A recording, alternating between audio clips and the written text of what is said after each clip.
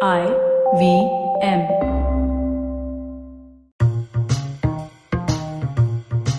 Hello and welcome to the Wire Talks, our weekly podcast on key issues all around us from people who know what they're talking about and who are doing interesting things. I'm Sidharth Bhatia. Smog in parts of India, especially in the north, has once again reached hazardous levels. A brown pall hangs over the city of Delhi and the neighbourhood and most of North India. And residents are breathing not just foul-smelling air, but also something that is very dangerous for their health. This is an annual problem, but why has nothing been done all these years? And what about other parts of India? And most importantly, what can be done? We have with us today Siddharth Singh, an energy and transport policy professional, who's written a wonderful book called The Great Smog of India. It's a must-read for anyone interested in the whys and wherefores and the implications of what happens when we don't pay attention to the smog. Some of the figures and some of the studies he mentions are simply horrific, but I think this is a little bit of a wake-up call. Welcome to Wire Talk, Siddharth. Thank you very much, Siddharth, for having me. Okay, I'm going to ask you this. You're sitting in your Delhi apartment, and what is the view from your window outside? Well, normally I'd like to see some sun, but I think we have pretty much got used to not having enough sunlight. And this is, of course, because it's been so smoggy that the sunlight is just not able to penetrate our atmosphere to reach our skins. And that's a shame because among many other problems that we have, one of the problems that is prevalent in a place like Delhi, in fact, in much of northern India, is a lack of vitamin D. So vitamin D deficiency is a major issue in these parts of the country. You know, on vitamin D, I'll just touch upon this very quickly, that most people say, oh, India is a very sunny country and, we get such a lot of tropical sun. But why do people suffer from vitamin D deficiency? We are not supposed to and all that. This is a universal problem in the country, not realizing that the benefits of the sun are not reaching you. Plus, you are spending a lot of time indoors on sedentary lives. But coming back to this, I heard yesterday that the air quality index had gone from hazardous to very poor. That's not very encouraging. Firstly, it's not encouraging because it's still very poor. The simple reason for that is we did not do anything to make it happen. It was the winds. The winds changed. It became a little quicker and the direction changed. So we were able to carry the particulate matter away from the sea, at least. And secondly, I think in terms of the impact to the human body, it doesn't matter if the levels are 500 or 600 or 700. The major harm that is to be done was already done when it exceeded the first 100 or 200 on the scale of particulate matter, PM 2.5 in the air. So in that sense, it doesn't matter if it goes from, whatever terminology you want to give, from hazardous to outrageous to very poor or whatever. It has still done the harm. It has already done the harm that it was meant to do. Now, I think I mentioned in the intro, the smog in Delhi and North India, and of course in other parts of India, as we all know, is an annual affair. It's going to be the winter season or the pre-winter season, Diwali, the burning of stubble in the fields around the capital. So we know it's going to happen. There is a lot of hand-wringing when it happens. People write learned articles. They give learned statements. In the midst of all the political developments and everything that keeps our news cycle going, there are some discussions.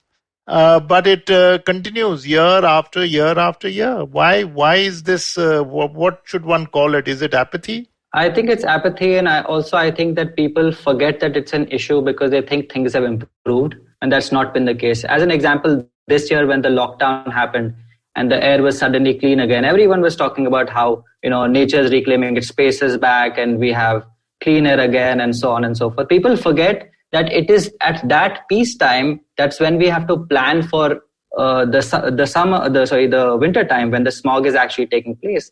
We don't do the necessary homework that needs to be done through the year, and we suddenly wake up to the problem at the end of the year. That is a part of the problem. In fact, whenever I tweet about it or whenever I've written articles or anything else during the winter season, nobody really reads it. Nobody cares for it. But suddenly towards the end of the year, everyone kind of wakes up because I think it's more in our faces and we are able to kind of, latch on to the immediate crisis that we're able to visually see.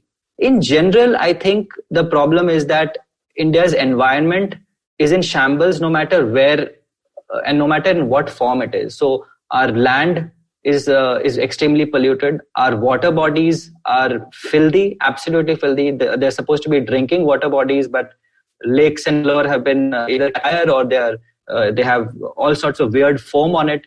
That's not what water looks like. But I think we have culturally become used to looking at or rather experiencing environment in this way. And part of the reason for that, I think, is the fact that being a poor country, our politicians have focused on job creation over taking care of the environment, not realizing that the environment is a part and parcel of our development, of our needs as a society to progress. And secondly, I think we just not had the state capacity to enforce the laws.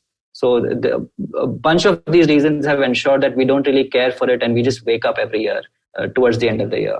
Yeah, I'll come to the reasons because I think we need to look at it a little more closely in a kind of wider sense. But at the moment, I'm just going to talk about your book because I read as much as I could in the last few days. Firstly, I must tell you that your introduction and your first chapter are enough to scare any reader because, as you know, denial is the best way to deal with these things. So I read those and I said, this is heavy going. It's depressed me no end. But I'm just going to read 4 or 5 lines here in your introduction. More residents of Delhi are killed silently every week than have been killed in terrorist incidents in the past decade. More Indians are killed every week by air pollution than have been killed in all India-Pakistan wars put together since independence.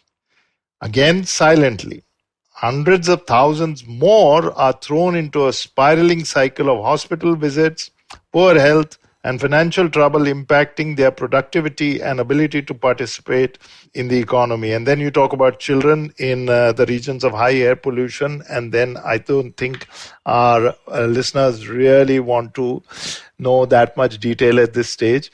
But these are frightening statistics, so to speak, because that means that literally millions of people are dying or suffering in one way or the other. Absolutely. I think there was a study very recently, just released a few weeks ago, which estimated that for 2019, and in fact, this would be an ongoing number, every year, 1.7 million Indians die prematurely because of air pollution. 1.7 million, 17 lakh individuals are dying because of air pollution every year, which makes air pollution one of the biggest killers there is.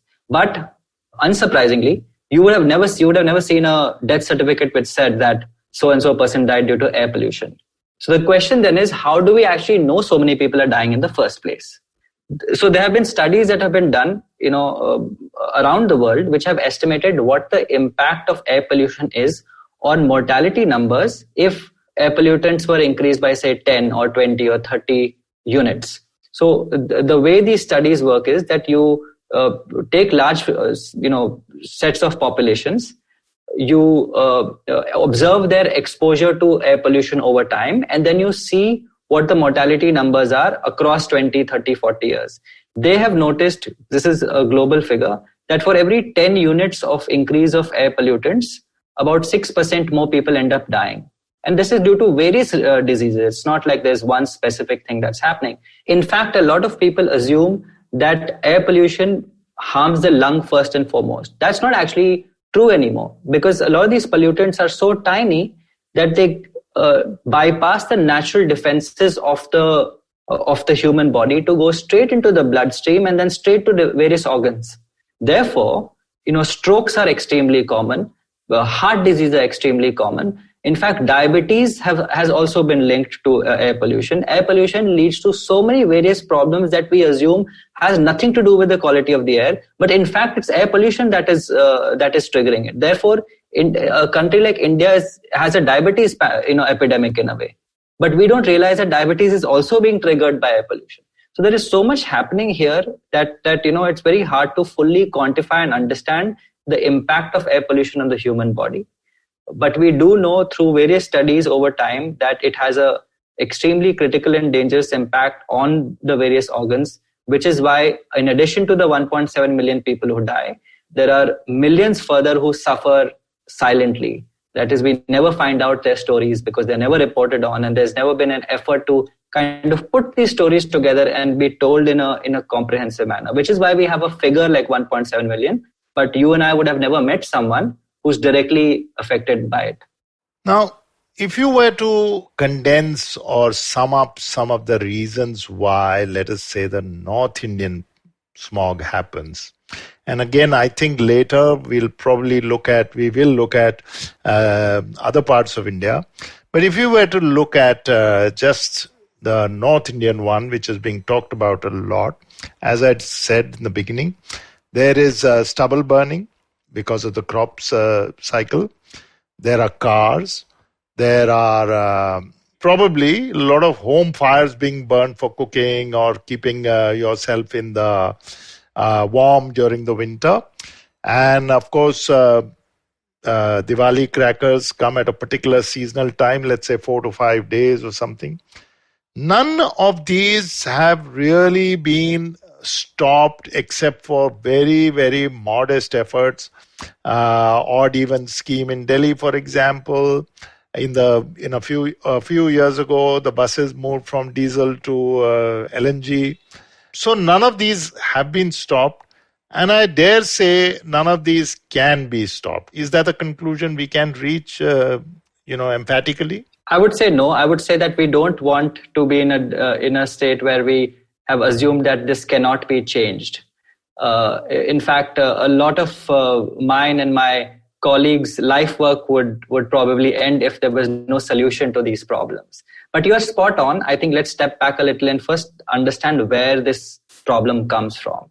A lot of people ask me, what's the low-hanging fruit here? Or what's the one major thing that we can target that would really make change? I wish there was one thing. I wish there was one issue that we could pick out and be like, let's focus all our attention on this and that will take care of the problem. Unfortunately, that's not the case. I often say that it's a 5-20% problem, which means that there are 5 sources at least which have about a 20% share, and this fluctuates. It could fluctuate between 5% or it could become 25% someday.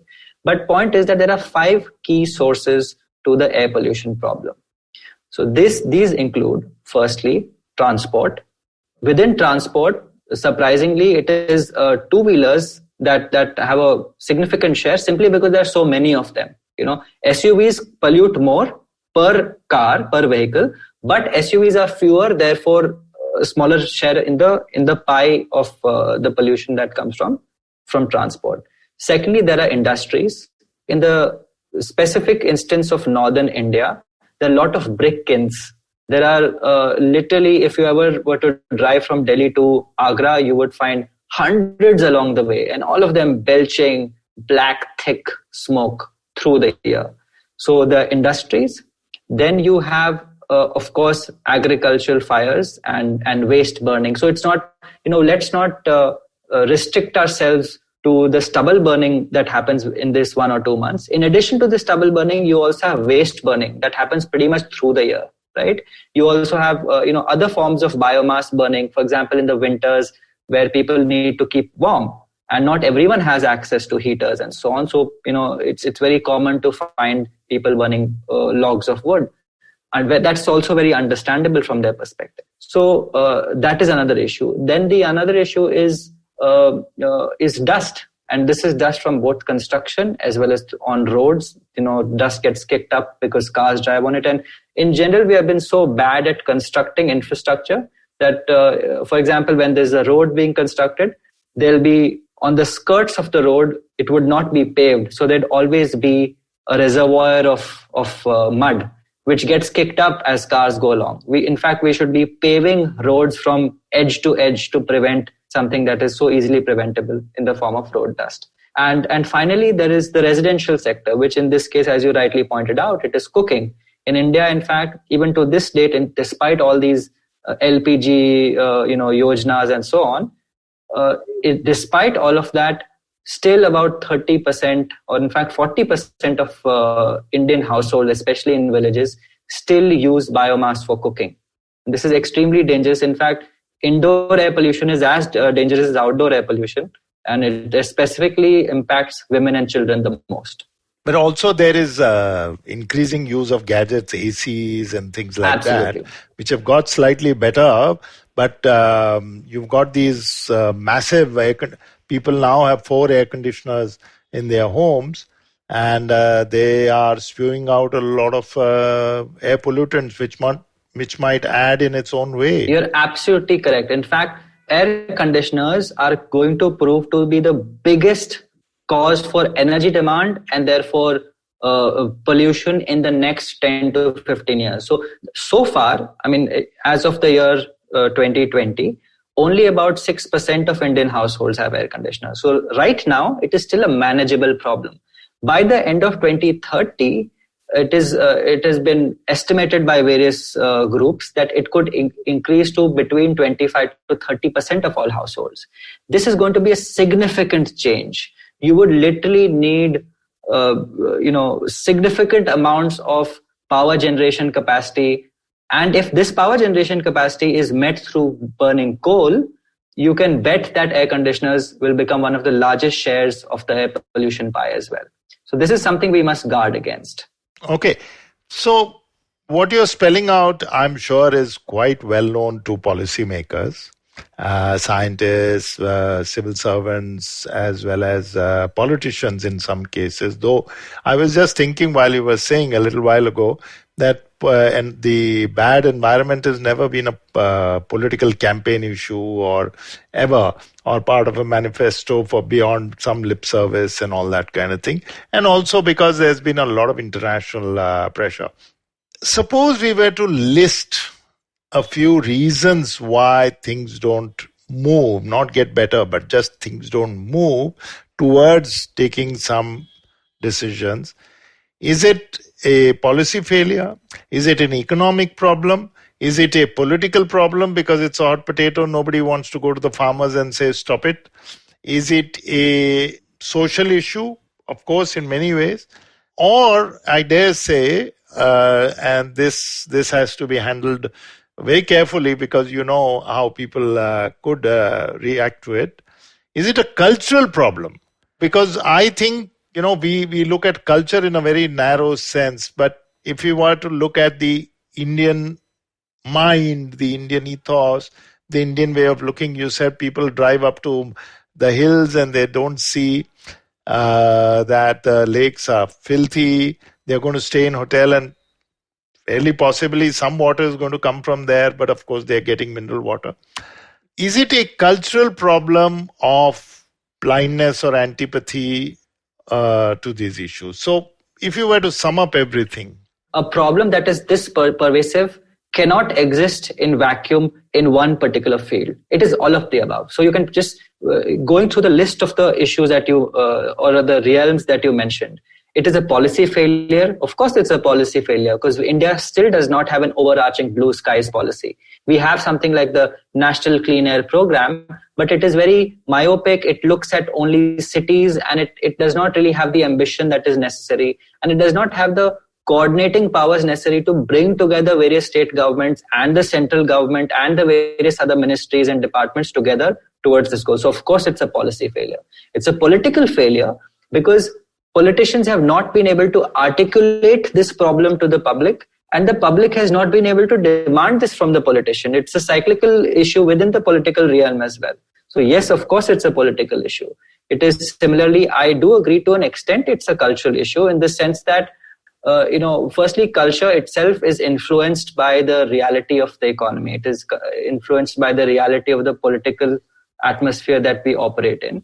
In that sense that this apathy towards taking care of the environment outside of your house is something that has in a way become culturally accepted. That should not be the case. It is not very uncommon to find that people take very good care of their own homes, but the moment you step out, you won't think twice before throwing a wrapper somewhere out in the... And that comes from civic sense also. Yeah, and so even, I mean, civic sense is also a part of the culture, I would say. So in the sense that, yes, I think there are various aspects to the problem, and they're all interrelated, which is why to overcome such a huge problem, you have to deal with it in each of these realms.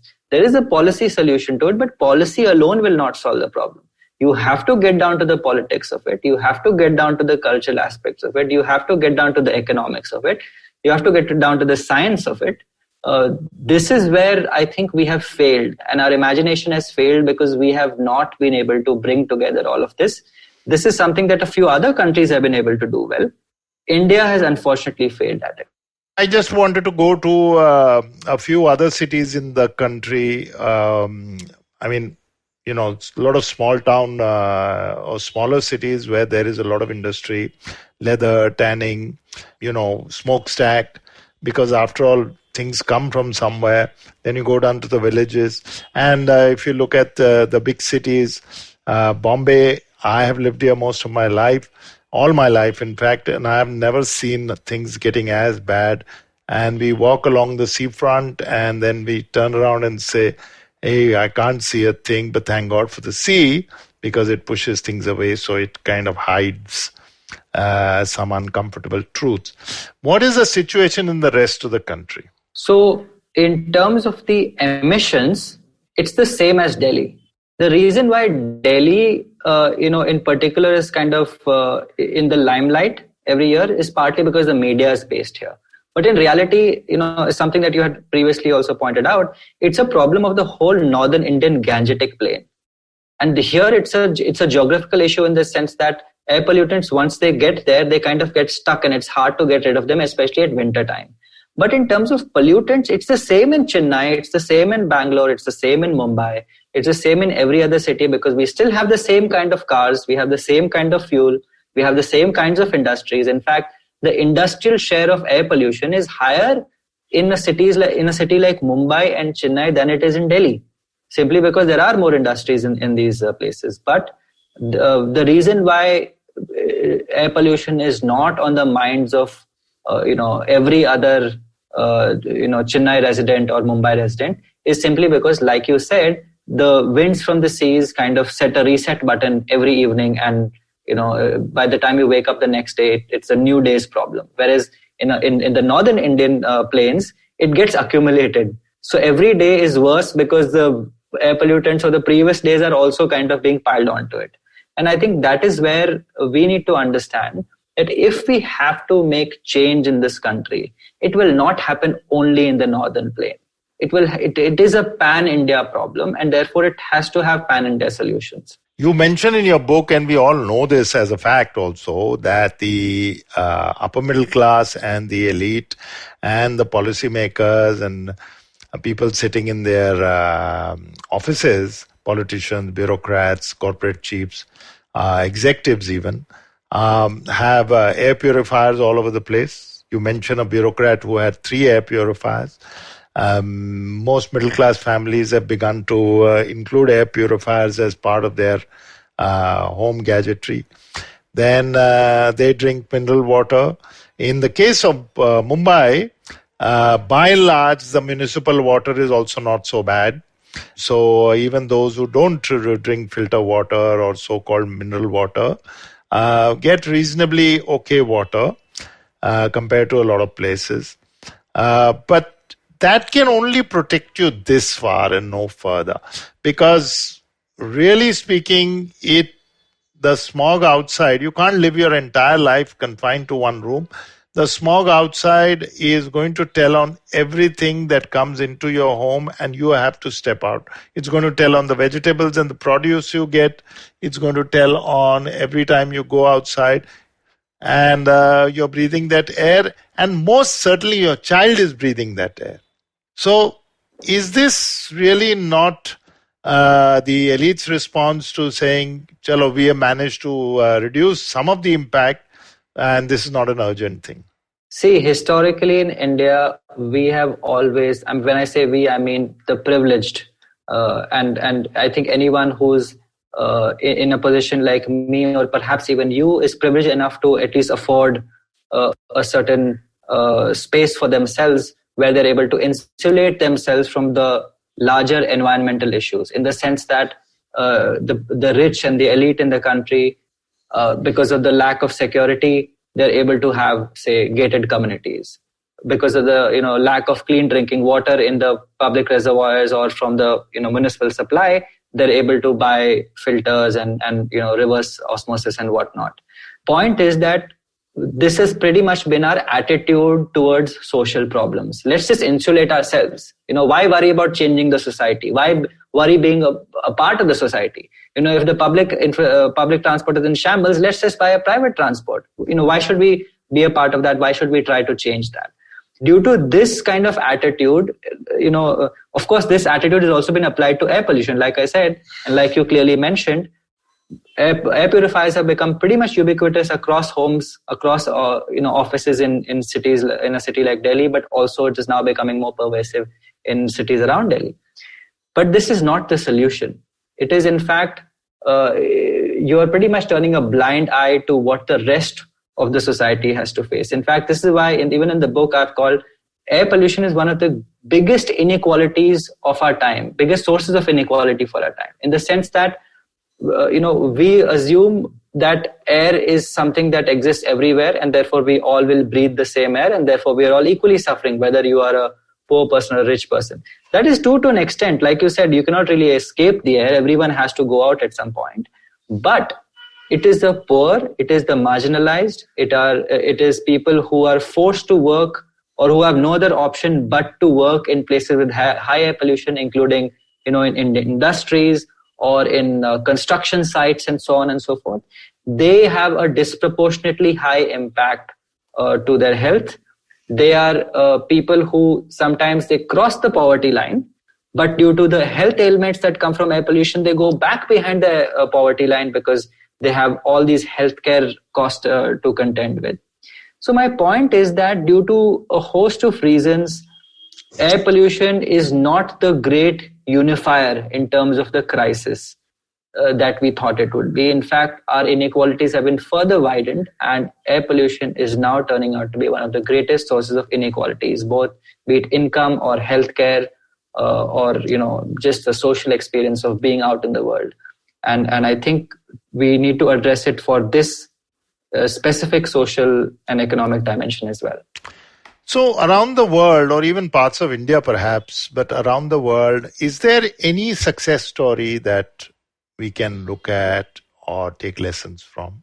Absolutely. There are quite a few, in fact, but we can only derive a few lessons from it, but not basically the entire model cannot be replicated for a country like India.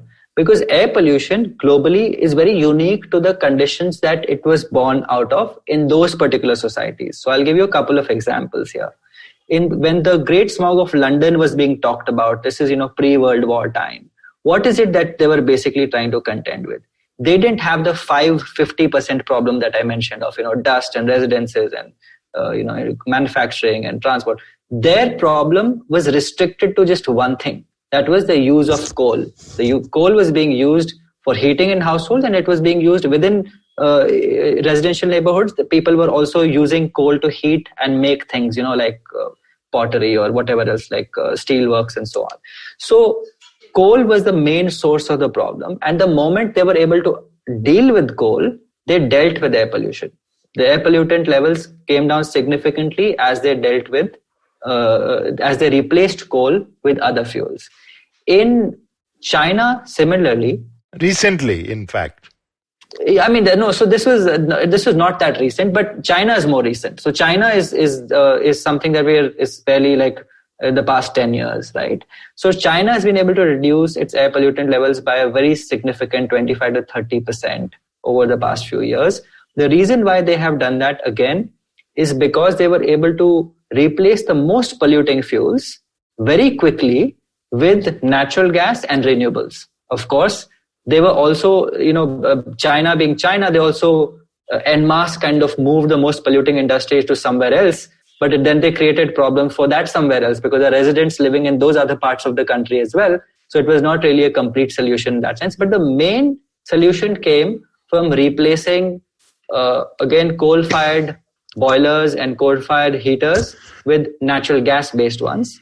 And I think that is something that, in a way, is a lesson. It's a lesson because what China did right in this case was that it escalated the issue to the top of the hierarchy. So you had the premier of China, you had the Chinese Communist Congress and so on, making declarations that air pollution is one of the gravest issues that they face, and therefore that everyone else in the administration, right down to the municipal level, has to work towards it. In India, no such thing has happened, in the sense that we don't have, there's not been a declaration of an emergency, so to speak, of right from the top of the hierarchy, which means that it has not been taken with as much seriousness at the lower rungs of the Indian government. Therefore, that is the one thing we can learn from them, is the political seriousness in which they have dealt with the issue. But the specific aspects of their fight is not replicable in India's case, because we still have to deal with the agriculture sector and construction and so much more. China's case, Siddharth, when the Olympics came some years ago, it's an international event. They were facing international embarrassment. They had to scramble to do something. Plus, the world's diplomats were pointing out that, China was not a place they wanted to go. And the same thing has happened to India. International diplomats have to pay a special allowance. Journalists, aid workers, corporates, they have to pay a special allowance to send their teams to this country. So in that sense, it is a little embarrassing. And I hope some of the ideas are at least giving political direction and heft to the issue of air pollution, at least air pollution, because that's so visible, will start because of that. Now, Siddharth, I don't want to end on a very pessimistic note, but I just have one question which you can illustrate, and then we'll look forward to looking at the future with some kind of hope. The fact is that children and old people and those with some lung issues already, they suffer the most, isn't it? So yes, in fact, various diplomats have told me that India's air pollution crisis is one of the major soft power issues that the country is facing, in the sense that these governments are not able to send their best diplomats to India, or even if they are able to send a few good diplomats, these diplomats are not able to bring their families along with them, and they have very short-term postings of 6 months or a year. This creates a lot of problem in terms of continuity and in terms of our relationship with other countries. And of course, like you said, it is also embarrassing. But I think the reason why we need to do something about the issue is not the embarrassment. It is because what it does to ourselves and our most vulnerable, as you pointed out, especially for our children and old people. In fact, a lot of people, when I cite the statistic that 1.7 million people die every year and these are premature deaths and so on, people assume it's that, people who would have otherwise lived to be, say, 78 years old are now dying at the age of 75, right? And that therefore, in their minds, it's not really a big issue because 1-2 saal mein kya farak padta hai. But that's not exactly what's happening. In fact, it is children who are dying. It is infants who are dying. It is young people who are dying, and people in their 20s and 30s who are dying. So it's an issue as much for all ages of the population. But the people who are most vulnerable are, of course, the old and the extremely young. In fact, studies show that these particulate matter, these black carbon particles, travel through the nose of the mothers into the lungs, straight into the placenta and the fetuses. So by the time the child is born, the child is already suffering from health ailments from air pollution, which this child has not even breathed a single time. So, and this leads to maternal and child mortality, which of course is a big problem in a country like India. What was the reaction when your book came out among bureaucrats, among politicians, among, say, even corporate leaders? What was the reaction? So I think the book has been used in different ways by different people, and I'm glad that it has had a wide range of reactions. I'll give you one example. There's a very young fledgling startup in Delhi, and they wanted to do something to address the air pollution problem, and they really needed to convince a few investors to put in money so that they can build a team and start gathering data and basically getting on with their work. They were unable to get that. They were unable to get investors converted. So then one fine day, the startup entrepreneur, she read the book and she thought, oh, this is interesting, and she sent a copy of one copy each to each of the investors she was targeting. And within days, all of them got back to her and said, okay, this is a big problem. We must do something about it, and here's the money you need. So in other words, I was actually heartened to learn that this book has kind of played some role in providing a few solutions. And this is just one example. There were actually a couple of other startups who also used the book to convince their respective stakeholders to do something about the air pollution problem. Similarly, I think it has also helped a lot of people take the problem a little more seriously than they were, in the sense that a lot of people thought it was somebody else's problem and it exists everywhere. What can we do about it? But I think after reading the book, they understood how you could personally kind of ensure that at least you and your family is able to reduce your exposure to the extent possible. As far as bureaucrats and politicians go, again, the book has been picked up by a few people. In fact, one day I was watching a press conference of a major political party. I won't name which one. And it was the election time, so they were talking about the various problems that exist.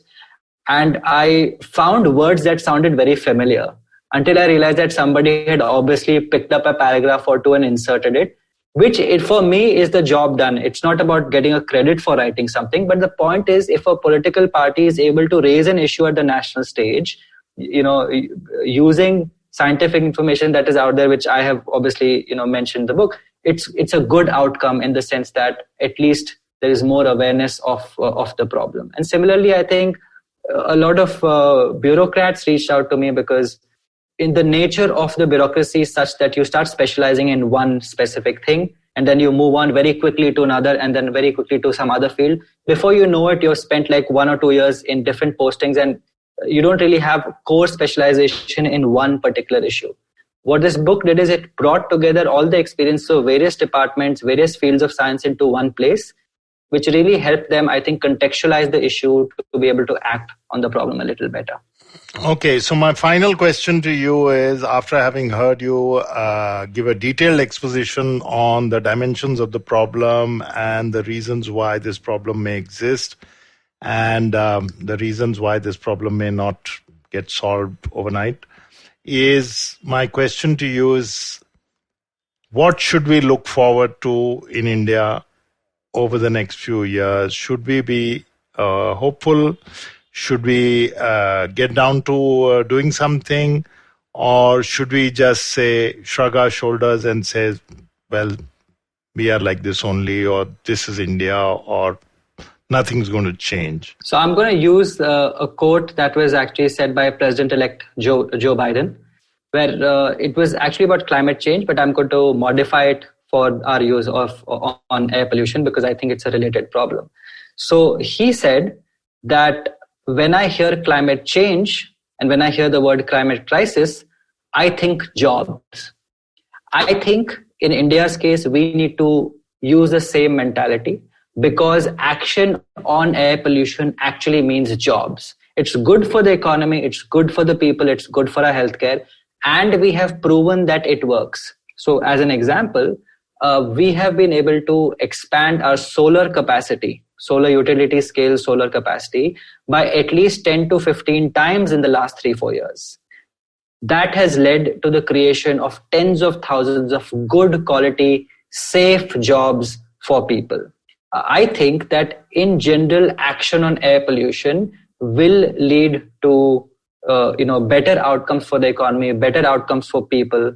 And therefore, I don't want to sound pessimistic about this. I think that even though air pollution may get worse before it gets better, I think we are on the path to make it better. And I think we should pursue it. But for that, we will need the political will, and we'll need to frame it in the right sense. And I think that has not happened so far, but I'll still be very hopeful that it will. and it will lead to clean air along with economic growth. And it's not a if or situation. It is both. Okay, so I detected a slight note of optimism there, but also with a caveat or two. But thank you very much, Sidharth. That was very, very enlightening in trying for us to understand what the issue is. And I must confess that it's a little bit of a blind spot for most people because they grumble about it, but nobody knows what to do. And at the citizen level, I must confess certain things are happening. Let's not be over pessimistic about it. But at the large policy level, some things need to be done. So thank you, Sidharth, for giving perspective to this, shall I say, terrible situation and making us feel a little more aware of what the problem is. Thank you. Thank you very much again, Sidharth, for having me on the show. You can check out this podcast and other interesting ones on the Wire website, the IVM podcast website, app, or wherever else that you get your podcasts. Goodbye from me, Sidharth Bhatia, and the Wire Talks podcast team. I hope you enjoyed that show. If you aren't following us on social media, please do. We're IVM Podcasts on Twitter, Facebook, and Instagram.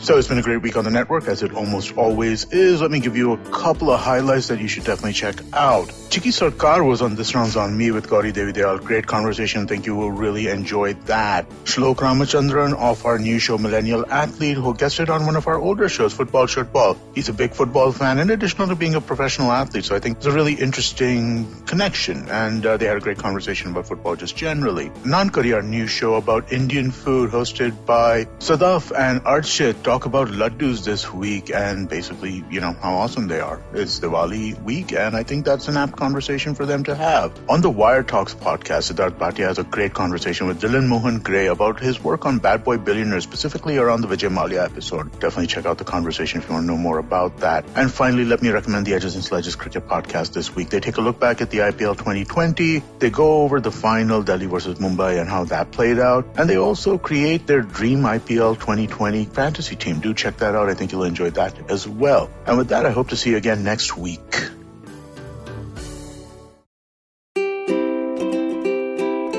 How many times have you motivated yourself to improve your sleep or lose weight or be more productive? How many times have you failed? Hi, my name is Ashton Doctor. Tune into my show, The Habit Coach Podcast, where we focus on creating small, tiny habits to improve your life instead of those big, impossible tasks. So make listening to me a habit every Monday, Wednesday, and Friday on the IVM Podcast app or ivmpodcast.com or on your favorite podcasting app.